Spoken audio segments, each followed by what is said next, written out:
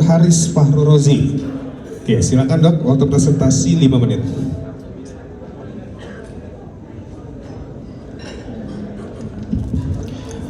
Assalamualaikum warahmatullahi wabarakatuh. Selamat siang panelis dan audiens sekalian. Saya Dr. Haris Fahru Rozi dari Rumah Sakit Umi Islam Klaten. Di sini saya akan membawakan kasus dengan judul When Persistent Bradycardia is Not Just a Sinus, Detection of Phase 4 Block Through Holter Monitoring. Seorang laki-laki usia 78 tahun dibawa ke klinik jantung karena awalnya diadmit oleh neurologi karena ada riwayat pingsan. Dan setelah di EKG ada bradykardi, kemudian dia CT scan juga normal, kemudian dikirimlah dia ke klinik jantung. Nah, saat kita EKG awal cuman ada sinyal bradykardi, kemudian echo juga normal dan pasien tidak ada riwayat koroner. Nah, kemudian pasien ini kita jadwalkan untuk Holter 24 jam.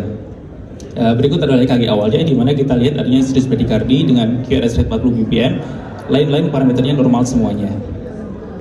Nah, kemudian jam 11 pagi udah ada kita lihat perubahan dari EKG-nya, di mana di sini kita dapatkan adanya first degree AV block dengan PI interval memanjang dari awalnya 180 menjadi 312 milisecond. Kemudian jam 7 malam ada perubahan lagi di EKG-nya, di mana ternyata first degree AV block dari pasien ini makin memanjang lagi menjadi 796 milisecond. Kemudian dibarengi dengan adanya P2P interval yang memanjang juga 1600 milisecond, dan juga ada QRS aberransi dengan durasi lebih dari 120 milisecond. Kemudian paginya EKG-nya berubah lagi pasien ini. Nah, kita dapatkan adanya transient third degree AV block dengan adanya high degree AV block juga dengan junctional escape rhythm. Dan di hari berikutnya jam 11, maksudnya di hari yang sama di jam 11, pasien ini EKG-nya berubah lagi, ada gambaran 2-to-1 AV block dan berprogres menjadi total AV block. Dan kita lihat di sini adanya ventricular escape rhythm dan junctional escape rhythm. Nah, pertanyaannya, apa mekanisme yang mendasari ritme tersebut? A sinus pulse, B phase 3 block, C phase 4 block, atau complete heart block? Jawabannya adalah C phase 4 block. Kita bisa melihat fenomena ini dengan mengevaluasi EKG-nya, melihat dari leadergram yang dilampirkan, di mana di sini ada pembacaan PI interval di hari pertama di jam 11, kemudian di hari yang sama di jam 7 malam itu adanya QRS aberransi yang dibarengi dengan adanya pemajangan P2P interval ini merupakan tanda yang konsisten dengan adanya phase 4 block, di mana dia adalah tanda dari His-Purkinje sistem yang bermasalah.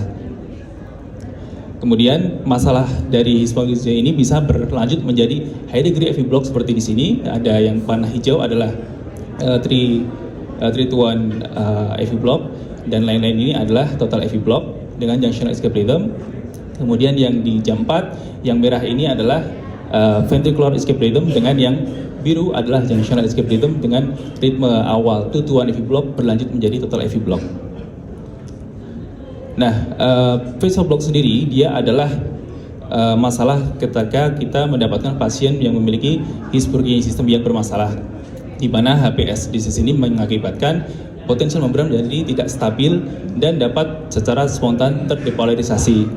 Nah, ketika depolarisasi terjadi secara spontan dan perlahan, otomatis membran potensial akan menjadi lebih positif atau kurang negatif, sehingga dapat menyebabkan banyak kanal sodium menjadi terinaktivasi, sehingga menyebabkan adanya blok konduksi dari atrium.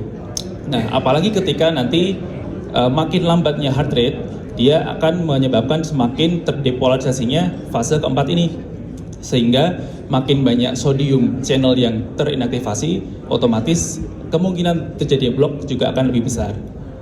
Kalau kita analogikan dengan baterai ya, ketika baterai itu punya kapasitas recharge yang baik, dia akan dapat mengantarkan listrik dengan optimal sehingga lampu dapat menyala. Namun ketika kapasitas baterainya ini defektif, kita charge nggak bisa sampai 100%, maka listrik yang dihantarkan juga nggak akan bisa mencapai threshold untuk menghantarkan listrik yang baik sampai menyalakan lampunya sehingga terjadi blok. Take home message untuk kasus ini yang perlu kita ketahui untuk kasus phase 4 block adalah dia merupakan marker dari advanced His-Purkinje disease, di mana bradycardia dependent middle branch block yang tadi kita lihat di jam 7 malam bisa berlanjut menjadi high degree FV block atau total FV block.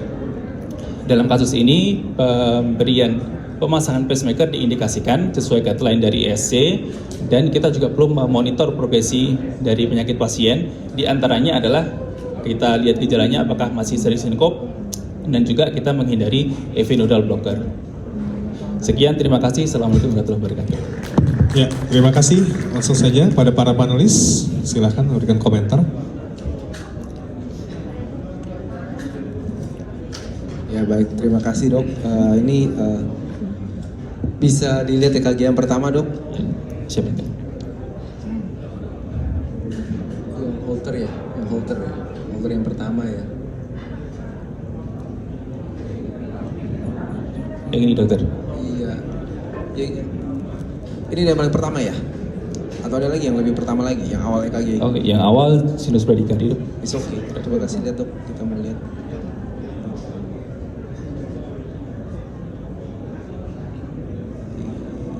First day, ya, oke.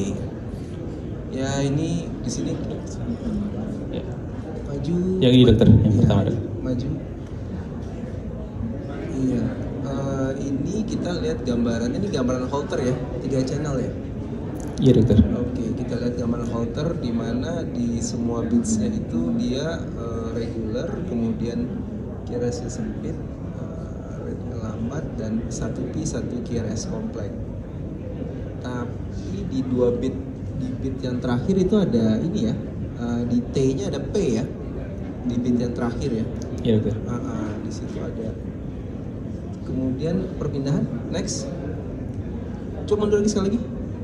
Sorry, balik lagi ke slide sebelumnya. Oke, sekarang pindah. Bukan, ini QRS kompleksnya beda ya, yang di tengah ya. QRS kompleksnya udah beda morfologinya. Coba pindah ke slide berikutnya. Nah, ya kan ini jadi artinya di channel yang kedua ini QRS kompleksnya berbeda dengan ya kan? Jadi ini ventricle-nya udah berbeda QRS kompleksnya. Jadi selain kita mungkin melihat ada PR intervalnya semakin memanjang, QRS kompleksnya juga berbeda. Jadi itu aktivasi ventricle-nya udah beda dengan yang sebelumnya, dengan yang slide pertama.